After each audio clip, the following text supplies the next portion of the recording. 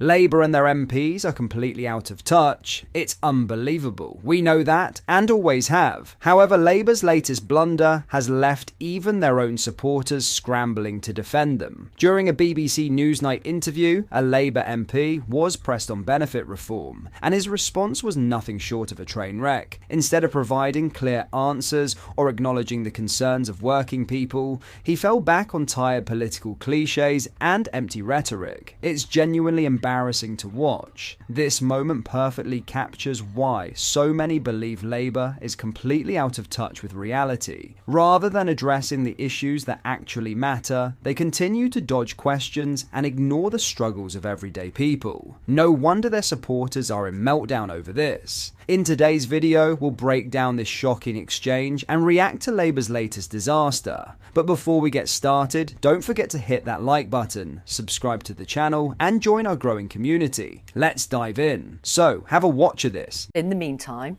some young people are going to be living on around £70 a week. No, people with significant disabilities will be protected. They will not only will they be protected within the universal credit system, which is the one you're mentioning, but they'll also be able to apply for personal independence payments. So people with significant disabilities, if they are young, if they're currently receiving UC Health, they will continue to receive it, and if they have significant disabilities, they will still be able to apply for personal independance payment. But we are not going to write off 21-year-olds. For those who can't, they'll be living on about 70 quid. We are not going to write off 21-year-olds as unable to work. For those who can't, they'll be living on about £70 a week. Could you live on 70 quid a week? Absolutely not. So why do you expect young people to? We won't. We provide housing benefit as well, and we'll provide personal independence payments. This is cash in their pocket. This 70 so quid are the things cash I a just week. mentioned to you. So are the things I just mentioned to you. That's how the benefit system works. If people need help with their rent, they receive that as well. If they need support with a disability, personal independence payments is there for that as well. So to buy food, to pay bills, yes. 70 quid a week? No. You've just told me you couldn't live on that. Well, no, I have a mortgage to pay because that's the current situation. But what I'm saying to you, and the benefit system exists to provide housing benefit support for young people as well. But what I'm saying to you is the current system is a disaster for those young people. And, you know, it's all well and good to say you don't like every aspect of these changes, but what you are defending is a Tory system. I'm not defending anything. No, but I'm asking you questions about your absolutely, plans. and that's your job. But I sat in the chamber today and heard people say I'm worried about this aspect of the change, but there's not enough focus on the disaster that is happening in our country today. We are seeing much faster growth in claims for disability benefits than we are seeing actual levels of disability, particularly for young people. This is how people reacted. This user said, gasped when he said, well, no, I have a mortgage to pay, because why the F would you say that? This user said, aggressive and dismissive. Labour are and have always been the nasty party. This user said, I used to like and respect Torsten, but this shameless prevarication appalls me. The extent of the rotten Starmer's Change Party just keeps spreading. There seems to be no one with integrity left. Michael said, he's an arrogant, lying hypocrite without a shred of honesty or humanity. Actually a perfect fit for Sakir's nasty Labour Party. This user said, no bigger sellout than this guy, an embarrassment. This user said, that was one of the worst, most astonishing answers I've ever heard in my life. What are your thoughts on this? Let me know in the comments. Now in other news, Sir Keir Starmer's plan to end the use of asylum hotels has been ripped apart just hours before a fresh wave of migrant arrivals reached British shores.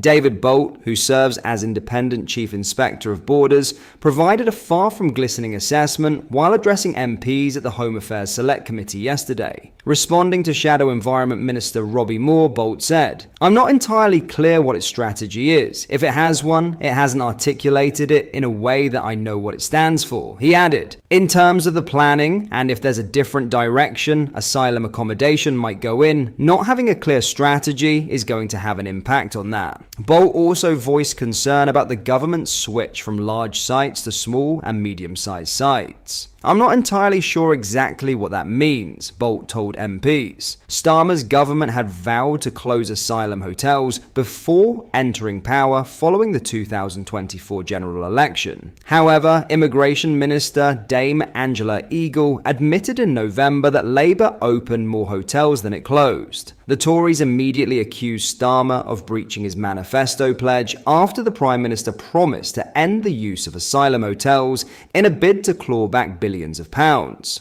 After opening a number of additional asylum hotels, the total costs for housing migrants soared to just over £4.2 million a day. Home Secretary Yvette Cooper even suggested that Labour aimed to end the use of hotels within 1 year of power, giving Starmer just 107 days to close all remaining previously commercial accommodation sites. The Border Czar's comments also come after a fresh surge of Channel crossing migrants reached British shores. Migrant crossings recorded earlier this month resulted in the UK reaching yet another shocking milestone, with 592 arrivals on March 2nd, marking a 20% increase compared to the same period last year. It was also revealed that another 120 migrants crossed the English Channel today, taking the overall number for 2025 to almost 4,500. Responding to the latest wave of Channel crossings, a Home Office spokesman said, "We all want to end dangerous small boat crossings which threaten lives and undermine our border security. The people smuggling gangs do not care if the vulnerable people they exploit live or die, as long as they pay. We will stop at nothing to dismantle their business models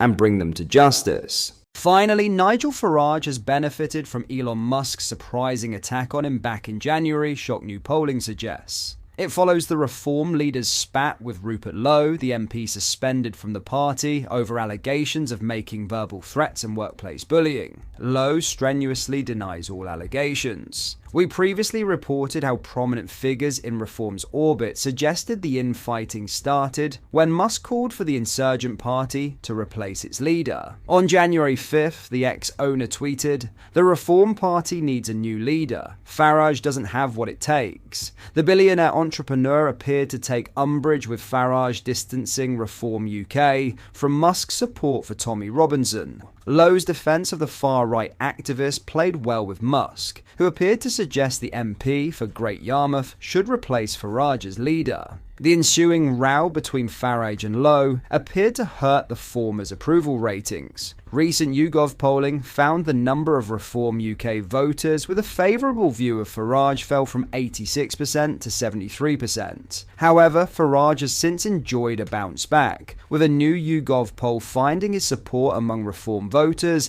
has risen again to 80%. Meanwhile, Musk's favourability ratings have gone from bad to worse, the polling shows.